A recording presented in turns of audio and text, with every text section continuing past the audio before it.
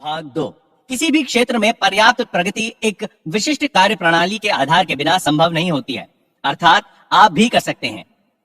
आप भी अपने अवचेतन मन को संचालित करने में दक्ष बन सकते हैं। आप इसके सिद्धांतों की शक्तियों को अपने ज्ञान के आधार पर अपने विशिष्ट कार्यों तथा अपने अभीष्ट लक्ष्यों के अनुरूप उपयोग करके अपने जीवन को सफल बना सकते हैं। एक पूर्व केमिस्ट होने के नाते मैं आपको बताना चाहता हूं कि हाइड्रोजन के 2 एटम के परिणाम में यदि एक एटम ऑक्सीजन का मिला दिया जाए तो वो पानी बन जाता है। आप यह भलीभांति जानते हैं कि एक एटम ऑक्सीजन और एक एटम कार्बन मिला देने से कार्बन मोनोऑक्साइड नाम की जहरीली गैस बन जाती है। लेकिन यदि एक एटम ऑक्सीजन और मिला दिया जाए तो कार्बन डाइऑक्साइड गैस बन जाती है, जो एक साधारण गैस होती है। इसी प्रकार केमिस्ट्री रसायनों के मिश्रण की एक प्रयोगशाला है। आप ये ना सोचे कि केमिस्ट्री, फिजिक्स, मैथमेटिक्स के सिद्धांत आपके अवचेतन मन से अलग हैं। पानी अपना धरातल स्वयं बनाता है। यह एक सिद्धांत है जिसे सभी जानते हैं और स्वीकार करते हैं, और सभी जगह यह देखने को मिलता है। एक और उदाहरण लेते हैं। लोहा गर्म किए जाने पर फैलता है। ये एक सत्य है जो किसी भी समय किसी भी परिस्थिति में पाया जाता है। आप लोहे के टुकड़े को गर्म करो, वो बढ़कर फैलेगा, चाहे वो चीन में हो या इंग्लैंड अथवा भारत में हो। ये एक सार्वभौमिक सच्चाई है कि तत्व गर्म किए जाने पर फैलता है।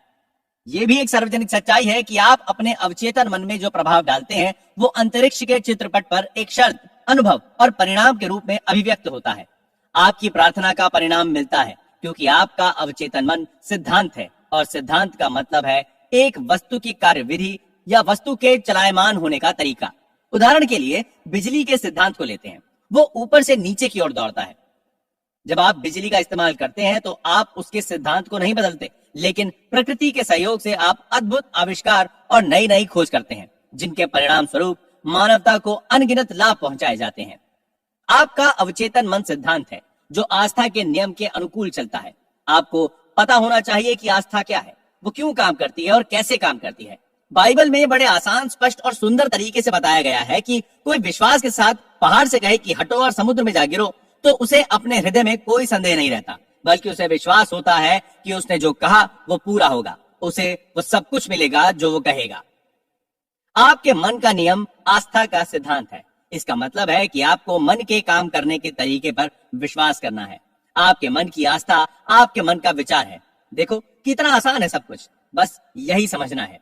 आपके सभी अनुभव, परिणाम, शर्तें और कार्य आपके विचारों के प्रति आपके अवचेतन मन की प्रतिक्रियाएं हैं। याद रखने वाली बात यह है कि परिणाम, फल या उत्तर उसमें नहीं जिसमें आप विश्वास करते हैं, बल्कि आपके मन की आस्था से मिलता है। झूठी आस्थाओं, धारणाओं, अंधविश्वासों और आज के जीवन में प्रचलित भयों पर विश्वास करना छोड़िए और जीवन के सनातन सत्य एवं दैवी नियमों पर विश्वास करना शुरू करिए। तब जाकर आप जीवन में ऊपर उठेंगे और जीवन का सच्चा आनंद ले सकेंगे। जो व्यक्ति इस पुस्तक को पढ़कर और इसमें दिए गए अवचेतन मन के वैज्ञानिक सिद्धांतों को अपने जीवन में लागू करेगा, वो अपने लिए और दूसरों के लिए वैज्ञानिक एवं प्रभावपूर्ण रूप से प्रार्थना कर पाएगा। आपकी प्रार्थनाओं के परिणाम कर्म और उसकी प्रतिक्रिया के अलौकिक सिद्धांत के रूप में होते हैं, जो आपके विचार की प्रवृत्ति के अनुरूप होते हैं। अपने मन को सद्भाव, स्वास्थ्य, शांति तथा शुभेच्छाओं में लगाएं और देखें आपके जीवन में क्या आश्चर्य होते हैं। आपका मन दरअसल में एक है, किंतु उसके 2 स्पष्ट भाग हैं। दोनों की विशेषताएं अलग हैं। सभी बुद्धिमान लोगों को मालूम है कि दोनों विभागों को एक रेखा अलग करती है। दोनों के कार्य बुनियादी रूप से एक दूसरे से अलग हैं। प्रत्येक विभाग को अलग अलग विशिष्ट शक्तियां और गुण मिले हैं। दोनों की पद्धति आपके मन के कामों को सामान्यतः 2 बालों में बांट देती है। एक उद्देश्य मूलक मन और दूसरा व्यक्ति मूलक मन, चेतन मन और अचेतन मन। दूसरे शब्दों में, जो सतह पर दिखाई देता है, यानी जो आप दिखाई देते हो, और दूसरा आपके अंदर का मन, जो आपके अंदर है, दिखता नहीं। इसे स्वैच्छिक मन और अनैच्छिक मन अथवा पुरुष और स्त्री मन जैसे अनेक प्रकार से कहा जा सकता है। इस पुस्तक में सभी जगह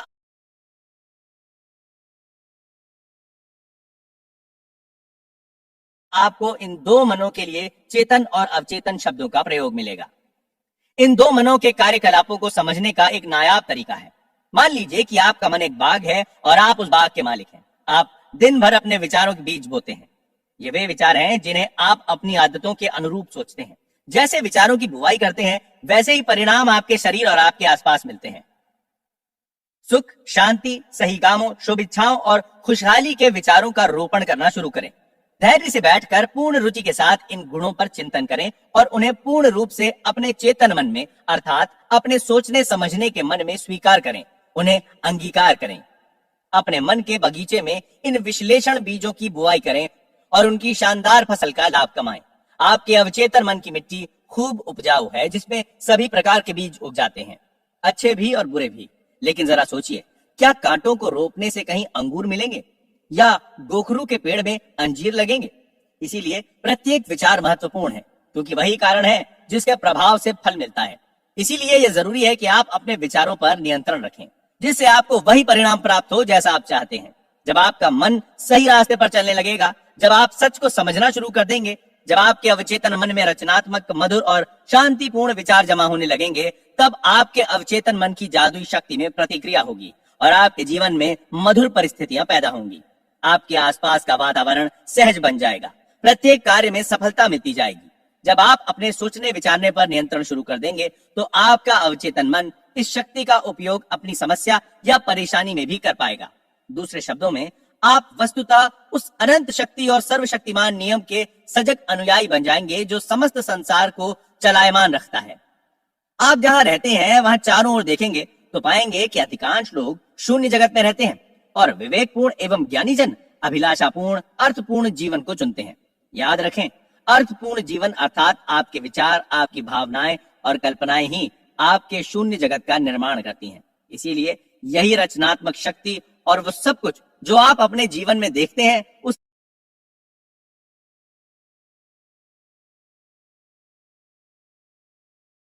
जाने अनजाने में आपके भीतर के मन ने बनाया है।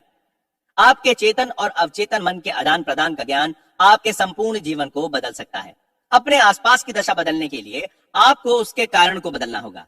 अधिकांश लोग दशा और परिस्थिति बदलने के लिए उसी में करना शुरू कर देते हैं। विवाद, उलझन, अभाव, बंधनों को दूर करने के लिए आपको उनके कारण को अर्थात उस तरीके को बदलना होगा जिसके जरिए आप चेतन मन का प्रयोग कर रहे हो। दूसरे शब्दों में, जिस दिशा में आप सोच रहे हैं और मन का प्रयोग कर रहे हैं, उसे बदलना होगा।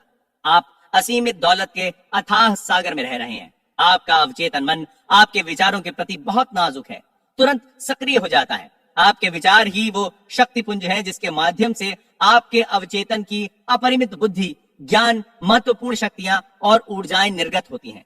आपके मन के नियमों का व्यवहारिक प्रयोग, जैसा कि इस पुस्तक के प्रत्येक अध्याय में दिया गया है, आपके जीवन में अभावों को दूर करके संपन्नता लाएगा, अंधकार की जगह प्रकाश लाएगा, भय को दूर करके विश्वास लाएगा, विवाद की जगह सौहार्द लाएगा, विफलता के स्थान पर सफलता लाएगा और साधारण जीवन से उन्मुक्त होकर खुशहाल जीवन प्रदान करेगा।